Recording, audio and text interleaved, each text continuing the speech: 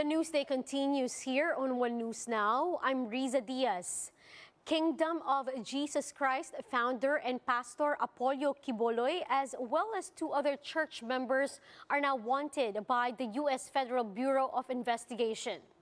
The FBI has issued wanted posters for Quiboloy, Teresita Tolibas Dandan, and Helen Panilag. Now, the FBI says Quiboloy is wanted for his alleged participation in a sex trafficking scheme that brought church members to the U.S. via fraudulently obtained visas. He was also found to force members to solicit donations for a bogus charity, which were used to finance church operations and the lavish lifestyle of its leaders.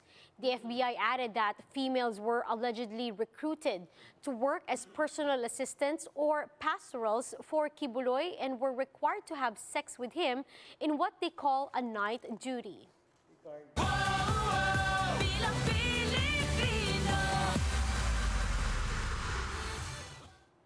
Presidential aspirant and Senator Manny Pacquiao is still hoping for President Duterte's endorsement in the 2022 elections. In an interview with 1PH sa Totoo Lang, Pacquiao said that he is hoping that Duterte will support his candidacy as both of them are Bisaya. Pacquiao adds that he will respect whoever the president chooses to endorse for this year's polls. Tayo na lang po natin yung endorsement ni Presidente dahil respetuhin naman natin kung ano yung maging desisyon niya. At pangalawa, ako lang po ang tumatakbong marunong magbisaya at marunong mag-Iligaynon, Ilonggo. Talagang ano po ay sino ba naman ang magtutulungan kundi kaming mga Bisaya. Now, in the same program, the senator notes that his team is just waiting for the perfect timing to launch their political machinery. Through this strategy, Pacquiao is confident that he will lead the presidential surveys by March or April. Alalahanin natin, si Duterte nung tumakbo siya, January and February, number 4 pa po siya. So, kung balikan natin yung mga surveys nung nakaraan, number 4 po siya nung February. At mayroon po kaming mga strategy na tina-timing po namin yung machinery po namin by March and April, yun po, makukuha na natin yung number 1 o number 2 position. We'll be back with more stories after the break. Keep it here on One News.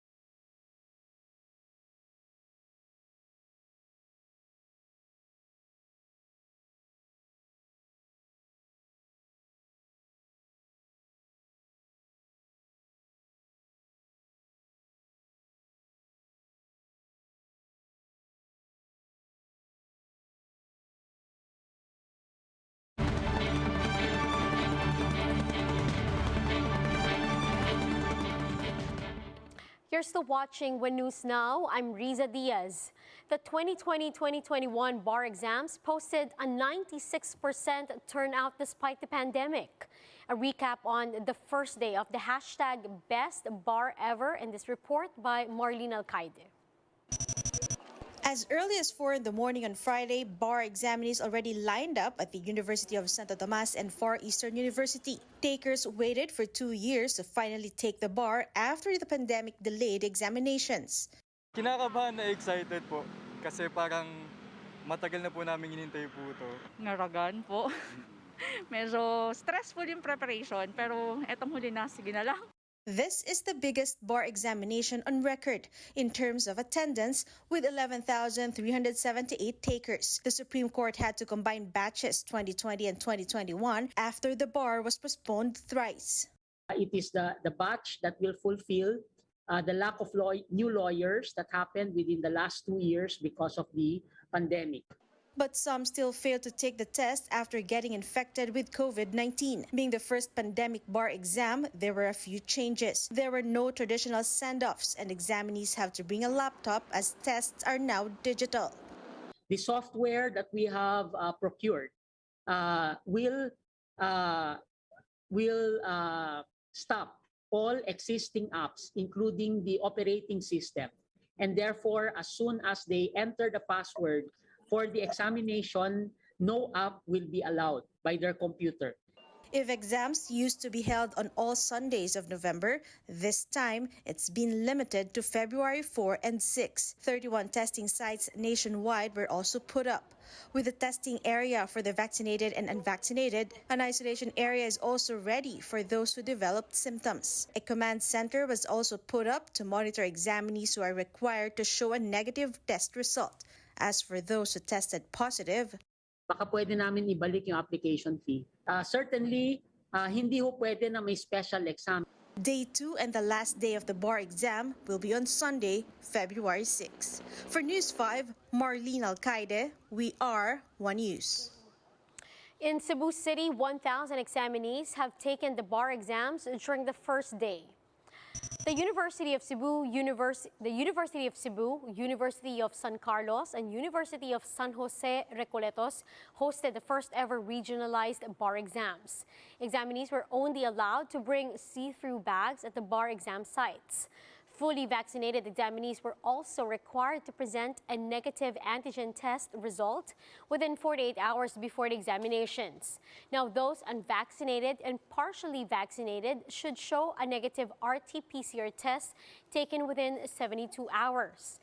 Meanwhile, Cebu City Councilor Joel Garaganera encouraged bar candidates who are not able to take the exams due to the pandemic to try again. You'll become lawyer, it's just a question of time. No? Wala lang tayo mo magkadungan, but I'm very sure with that kanang spirit ninyo karon, no? You were denied. I know you will be back soon, much more ready, and then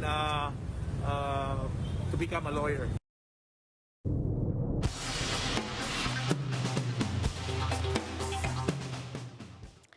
South Africa is seeing more cases of the BA.2 subvariant of Omicron.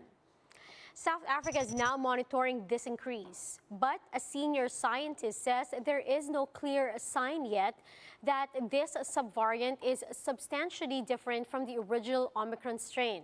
South Africa's National Institute for Communicable Disease said 23% of the 450 samples sequenced by their January genomic surveillance network are positive for the BA.2 subvariant. And those are the top stories of the hour. Join us later again at 12 noon as we continue to monitor the day's biggest stories. You can also catch One News on Signal Play app. Register for a free account now at www.signalplay.com and stream One News live anytime, anywhere. I'm Riza Diaz. We are One News.